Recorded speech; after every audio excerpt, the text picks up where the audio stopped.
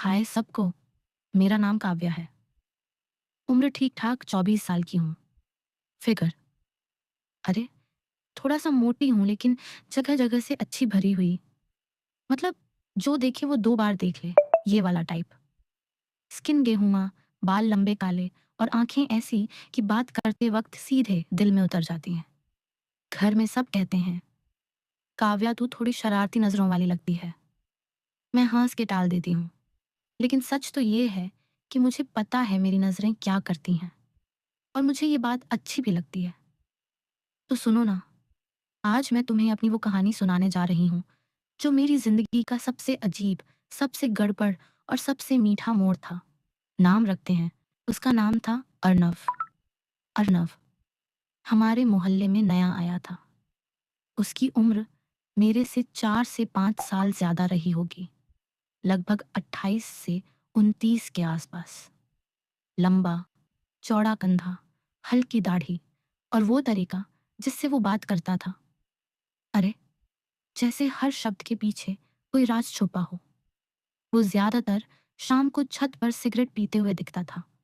हमारी छत और उसकी छत में सिर्फ एक छोटी सी दीवार का फासला था। पहली बार मैंने उसे देखा तो मैं कपड़े सुकूनी टाइट टॉप पहना हुआ था जो थोड़ा ऊपर चढ़ गया था, और पेट की वो पतली लकीर दिख रही थी। मैंने महसूस किया उसकी नजर वहां टिकी हुई है। मैंने जानबूझकर थोड़ा और ऊपर हाथ उठाया, जैसे कपड़ा ठीक कर रही हूं। वो मुस्कुराया, बस हल्का सा, लेकिन उस मुस्कान में कुछ था। अगले दिन शाम फिर वही सीन। इस बार मैंने जानबूझकर एक गहरी गुलाबी कुर्ती पहनी जिसकी गर्दन थोड़ी नीची थी। मैंने बाल खुले छोड़े और हल्का सा परफ्यूम भी लगाया था। वो छत पर आया, सिगरेट सुलगाई और मुझे देखते हुए बोला, काव्या, नाम तो सुना है, आज पहली बार चेहरा भी देख लिया। मैंने हंसते हुए कहा, अच्छा जी, तो अब क्या करोगे चेहरा देख के? उसने धीरे से कहा, सोच रहा हूं इतना अच्छा चेहरा देख के क्या किया जाए। मैंने भी उसी अंदाज में कहा, फिर सोचते रहो, मैं तो रोज यहाँ आती हूँ। और बस उसी दिन से हमारी वो छोटी छोटी बातें शुरू हो गईं। छत पर, दीवार के उस पार, कभी वो मुझे चिढ़ाता, कभी मैं उसे। लेकिन हर बात में एक अजीब सी गर्मी थी, जैसे दोनों जानते हों कि बात कहीं और जा सकती है, बस अभी नहीं। एक शाम मैंने जानबूझकर अपनी साड़ी थोड़ी नीची बांधी, पेटीकोट की नाड़ी भी ढीली कर दी थी ताकि साड़ी थोड़ी सरक जाए। मैंने उसे देखा, वो फौरन सिगरेट नीचे फेंक के सीढ़ी से नीचे उतर गया। लगा शायद ऊपर नहीं आ रहा। मुझे गुस्सा पर था, लेकिन इस बार हाथ में एक छोटा सा बिनौला था।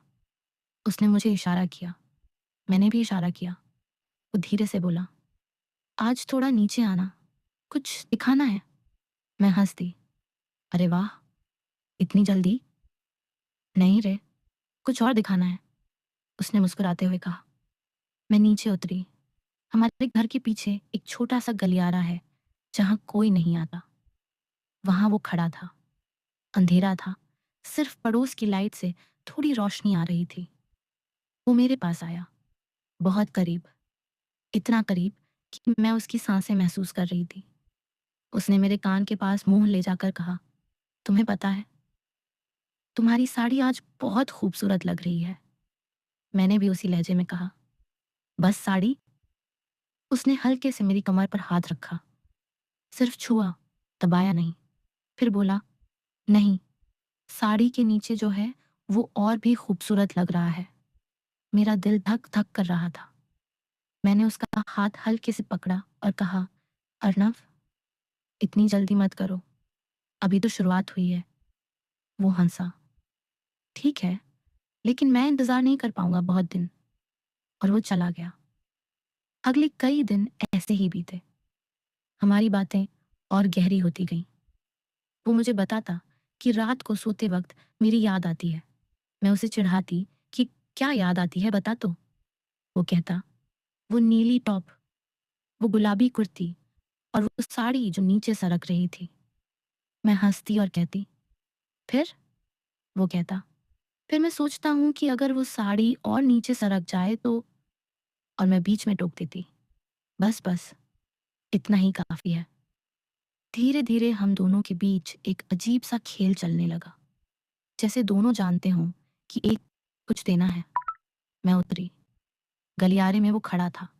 इस बार उसने मेरे हाथ में कुछ थमाया, एक छोटी सी डिब्बी। खोलो। मैंने खोला। अंदर एक बहुत पतला, बहुत नाजुक चांदी का पायल था। ये मेरी माँ का था। वो कहती थी, जो लड़की से पहनेगी वो मेरे बेटे की जिंदगी की सबसे खूबसूरत लड़की होगी। मैं स्तब्ध रह गई।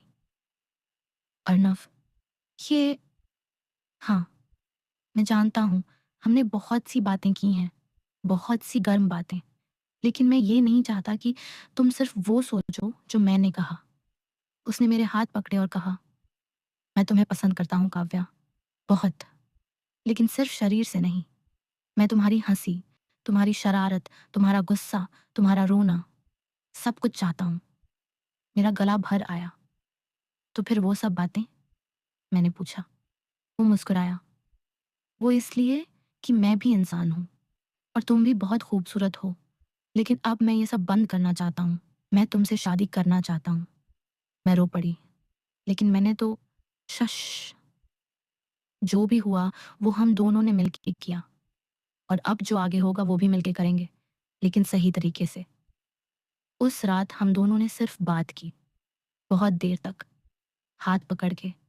उन्हें थोड़ा गुस्सा भी आएगा कि अरे यार, इतना टाइम सेटअप किया और कुछ हुआ ही नहीं, लेकिन जो अच्छे दिल वाले हैं वो समझ गए होंगे कि असली मज़ा तो उस इंतज़ार में था, उस ख्वाहिश में था, और उस प्यार में था जो बिना कुछ हुए भी पूरा हो गया।